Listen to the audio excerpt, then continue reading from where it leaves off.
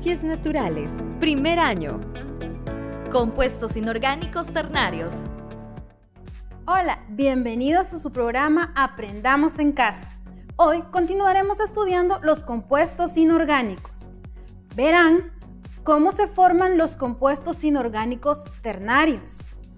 Además, estudiarán y aplicarán las reglas de nomenclatura que aprendieron en la semana anterior para nombrar algunos ejemplos de estos compuestos. ¿Recuerdan cuáles eran los compuestos inorgánicos? Los hidróxidos, las sales oxácidas y los ácidos hidrácidos. Además, al final verán algunas aplicaciones que tienen los compuestos inorgánicos. Veamos. La química inorgánica antiguamente se definía como la química de la materia inorgánica, pero quedó obsoleta al desecharse la hipótesis de la fuerza vital, característica que se suponía propia de la materia viva, que no podía ser creada y permitía la creación de las moléculas orgánicas. El nombre tiene su origen en la época en la que todos los compuestos del carbono se obtenían de seres vivos. De ahí, la química del carbono se denomina química orgánica. La química de compuestos sin carbono fue, por ende, llamada química inorgánica. Antes de pasar a estudiar los compuestos ternarios, vamos a recordar las reglas de los tres sistemas de nomenclatura. En primer lugar, tenemos el sistema de nomenclatura tradicional o clásico. Si recuerdan, en este utilizamos prefijos y sufijos para indicar los estados de oxidación de los átomos en la fórmula. Si el átomo solo tiene un estado de oxidación, no utilizamos un prefijo o sufijo, sino el conector de. Si el átomo ya posee dos estados de oxidación, entonces para el estado de oxidación menor utilizamos el sufijo oso y para el estado de oxidación mayor utilizamos el sufijo ico. Cuando el átomo ya posee tres estados de oxidación, vamos a utilizar para el menor estado de oxidación un prefijo, que es hipo, más el nombre, y adicionamos al final el sufijo oso. Para el estado de oxidación de en medio, utilizamos solamente el sufijo oso.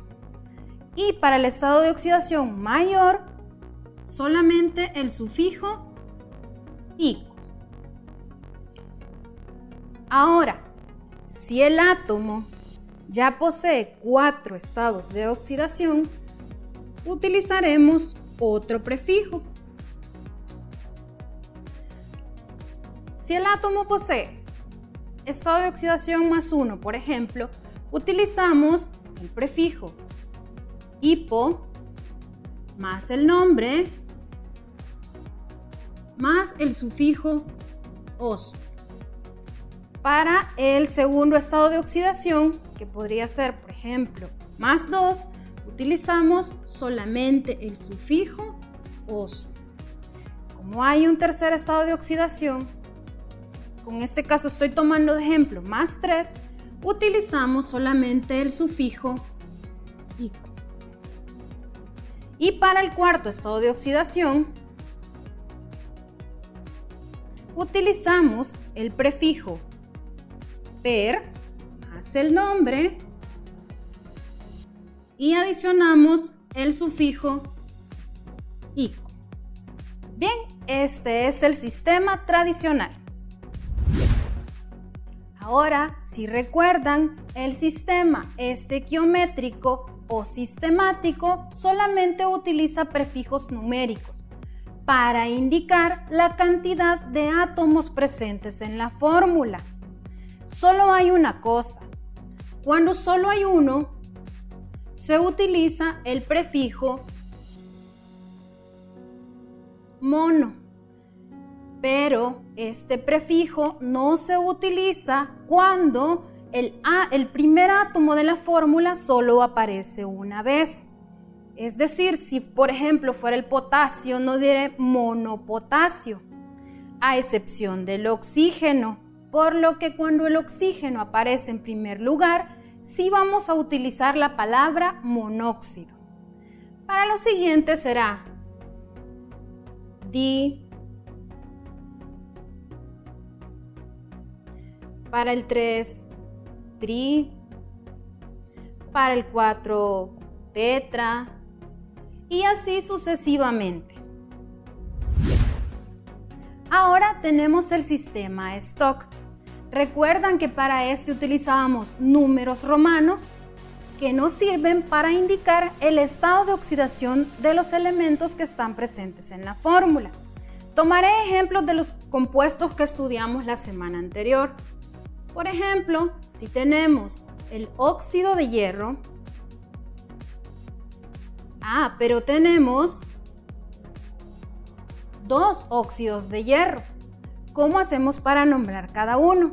Bien, por el sistema Stock lo llamaremos óxidos de hierro a ambos. Óxido de hierro y óxido de hierro. ¿Por qué ambos son óxidos de hierro? Pero para diferenciarlos o identificarlos a cada uno, utilizamos los números romanos. En este caso, el hierro tiene estado de oxidación más 2 y este tiene estado de oxidación más 3. Y así identificamos el estado de oxidación del hierro en dos compuestos diferentes. Bien, iniciamos estudiando los hidróxidos. Estos compuestos están formados por la combinación de un óxido metálico más agua.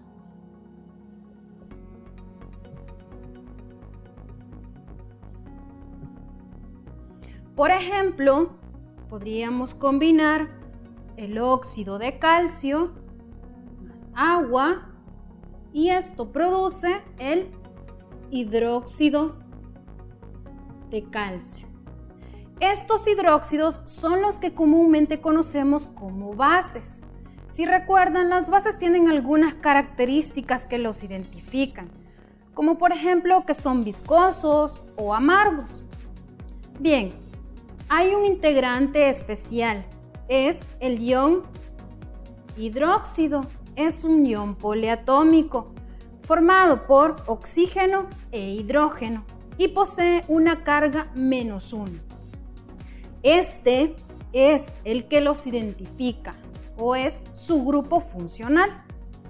Veamos entonces cómo nombramos a los hidróxidos por los tres sistemas de nomenclatura.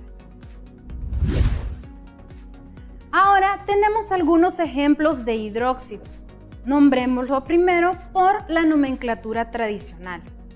Recuerdan que en esta utilizamos los prefijos y sufijos: oso, ico, hipo y per. En el primer caso tenemos al cobre.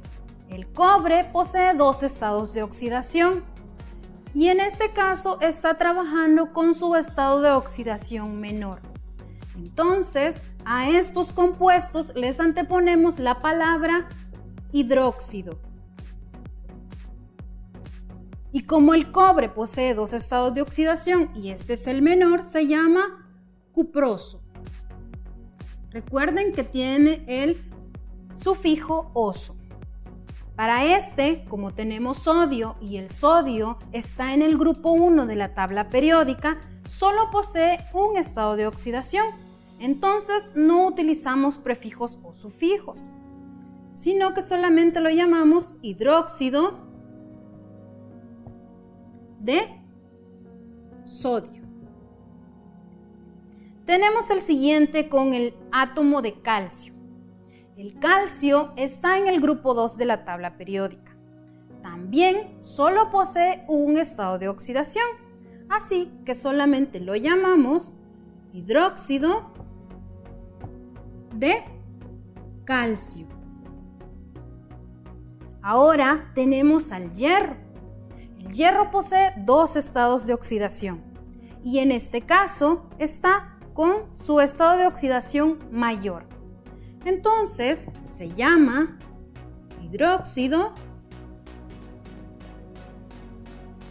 férrico con la terminación ico. Y finalmente tenemos al magnesio, que también pertenece al grupo 2 de la tabla periódica. Entonces solo posee un estado de oxidación y lo llamamos hidróxido de magnesio. Pasemos entonces a estudiar la nomenclatura sistemática. Recuerden que en el sistemático utilizamos prefijos numéricos como mono, di o tri, pero que cuando los átomos solo aparecen una vez y es el primer átomo de la fórmula, no utilizamos el prefijo mono. Entonces, en este caso, para el cobre, que solo aparece una vez, se llama solamente hidróxido de cobre. Para este también, hidróxido de sodio. Ahora que ya tenemos dos hidróxidos, entonces sí lo llamamos dihidróxido de calcio. Ahora hay tres, entonces es trihidróxido de hierro. Y finalmente tenemos el dihidróxido de magnesio. Si lo notan, esta es la nomenclatura más fácil y es la oficial. Ahora nombremos los mismos compuestos por el sistema Stock. Para el primero tenemos al cobre. Ya había mencionado que es cobre más 1. Entonces lo llamamos hidróxido de cobre y entre paréntesis 1, indicando su estado de oxidación. Para el siguiente lo llamamos hidróxido de sodio. Pero como el sodio solo posee un estado de oxidación, no es necesario indicarlo. A este lo llamamos hidróxido de calcio. De nuevo, no es necesario indicar su estado de oxidación, pues el calcio también solo posee uno. Y tenemos el hidróxido de hierro. E indicamos 3, su estado de oxidación. Finalmente, hidróxido de magnesio, sin indicar su estado de oxidación. Otro tipo de compuestos ternarios son los ácidos oxácidos. Estos se forman por la combinación de un óxido ácido más agua.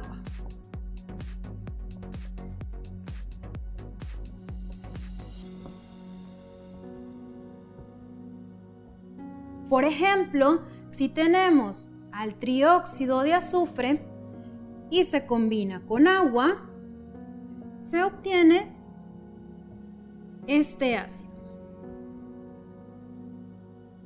Veamos cómo se nombran estos compuestos.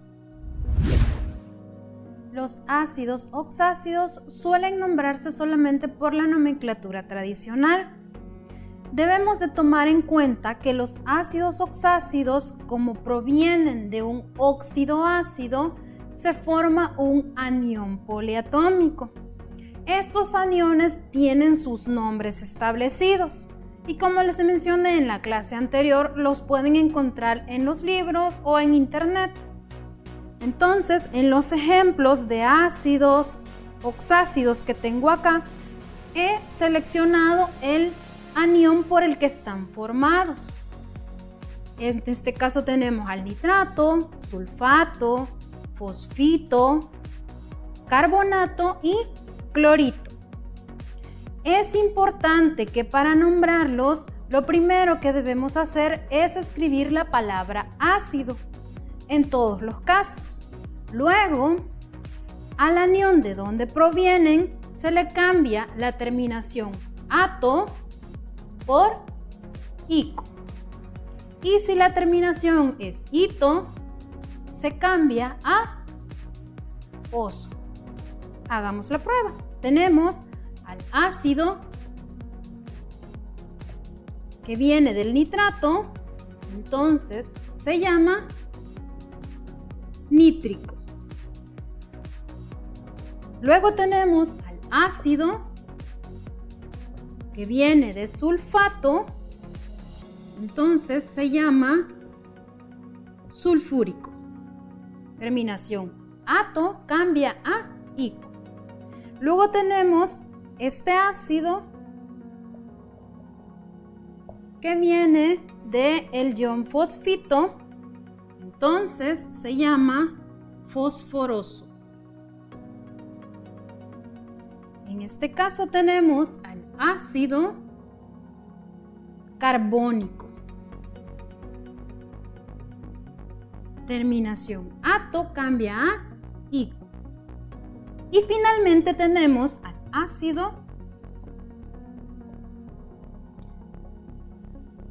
ito cambia a oso, cloroso. Bien, así es como se nombran los ácidos oxácidos.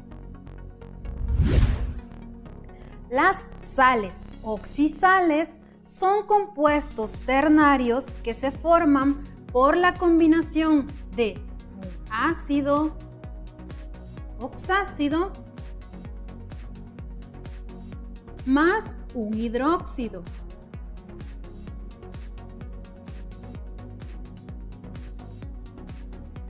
Por ejemplo, hemos estudiado ya al hidróxido de calcio y también estudiamos al ácido sulfúrico.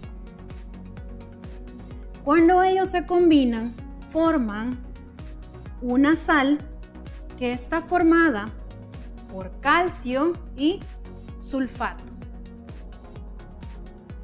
Y además en el medio se forma agua. Así es como se obtienen las sales oxisales. Ahora nombremos algunos ejemplos de sales oxisales, iniciando con el sistema de nomenclatura tradicional. Debemos identificar qué está formando la sal. Tenemos al calcio y en este caso tenemos a un ion que se llama sulfato. Aquí está.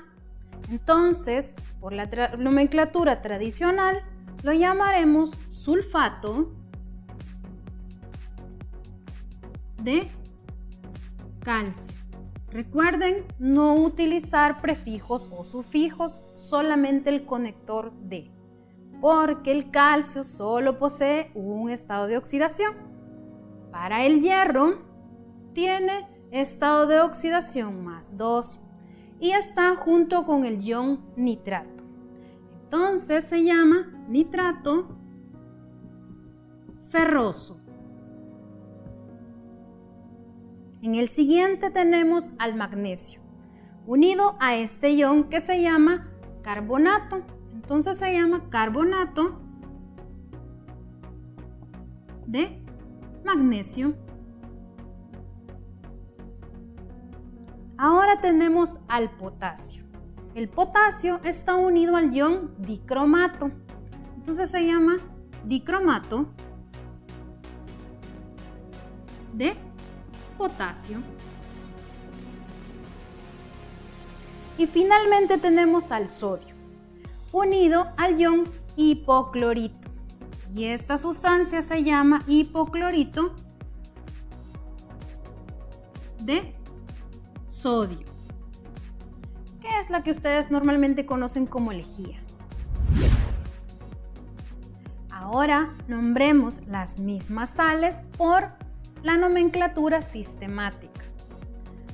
Para este lo llamamos igual sulfato de calcio.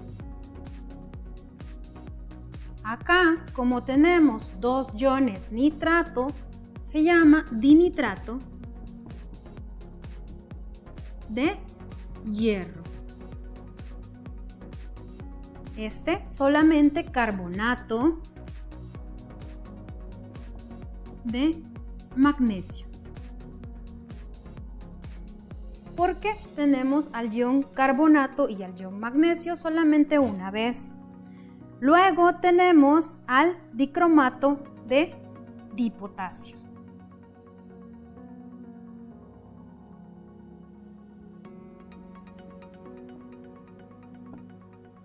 Y finalmente tenemos el ion hipoclorito y ion sodio. Entonces se llama hipoclorito de sodio. Si notan, en algunos casos, sobre todo cuando se tienen iones del grupo 1 y grupo 2 de la tabla periódica, se nombran igual por las tres nomenclaturas. Finalmente, nombremos las mismas sales por el sistema de nomenclatura Stock. Para el primero se va a llamar sulfato de calcio. El siguiente, como el hierro es 2 y está formado con el ion nitrato, se llama nitrato de hierro e indicamos el estado de oxidación 2. Este es solamente carbonato de magnesio.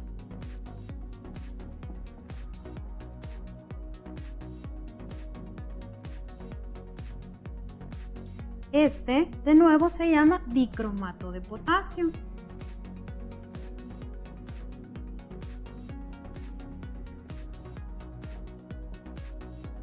Y este también se llama hipoclorito de sodio.